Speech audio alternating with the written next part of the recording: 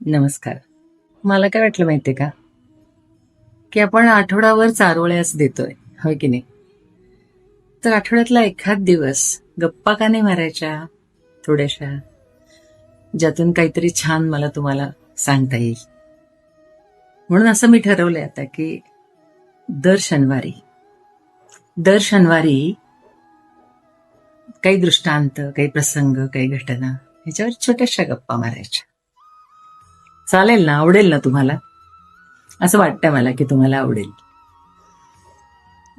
तर आजचा एक दृष्टांतच म्हणूया, मी जो सांगते तो. एक श्रीमंत सावकार होता बरं का. त्याच्या 7 पिढ्या बसून खातील एवढं त्याच्याकडे धन होतं, प्रचंड. पण तो बाबा विवंचनेतच होता, पूर्ण विवंचना.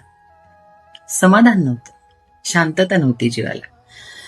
तो एका साधूकडे गेला. साधू म्हणाला, विवंचना काय आहे ते मला सांग, विवंचना आहे म्हणून सांगू नकोस. तो म्हणला, विवंचना माझी अशी आहे की 7 पिढ्या बसून खातील एवढं मी कमावून ठेवलंय, 8व्या पिढीचं काय? साधू हसायला लागला. तो म्हणाला की हे बघ, जा ते झोपडीत एक म्हातारी बसलीये, तिला एवढे हे पिशवीभर तांदूळ देऊन ये.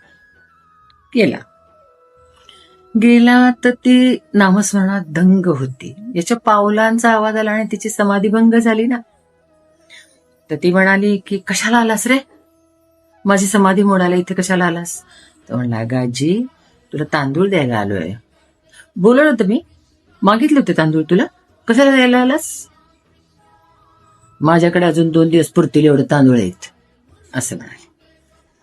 तो म्हणला, असू दे की, 3ऱ्या दिवसानंतर तर तुला तांदूळ लागणारच ना, मग हे ठेवून घे की. ए बाबा, माझ्या 3ऱ्या दिवसाच्या तांदळाची चिंता करायला त्यो बसलाय वर, म्हणून मी त्याचं नामस्मरण करते, कळलं काय? चल जा, निघ, चालायला लागितली. तो सावकार खरंच म्हणजे अगदी चकित होऊन गेला. एका क्षणात त्याला सगळ्या प्रश्नांची उत्तरं मिळाली. आणि मग त्या साधूबाबांकडे आला आणि ती तांदळाची पिशवी ठेवली.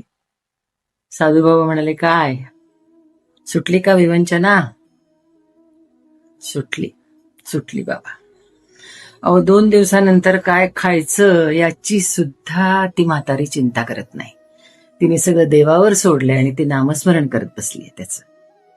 आणि मी 7 पिढ्यानंतर 8व्या पिढीची काळजी करतोय. काहीच अर्थ नाही याला. एक लक्षात आलं बघा, म्हणला, आयुष्यात भजनापेक्षा महत्वाचं भोजन नाही. किती छान आहे ना.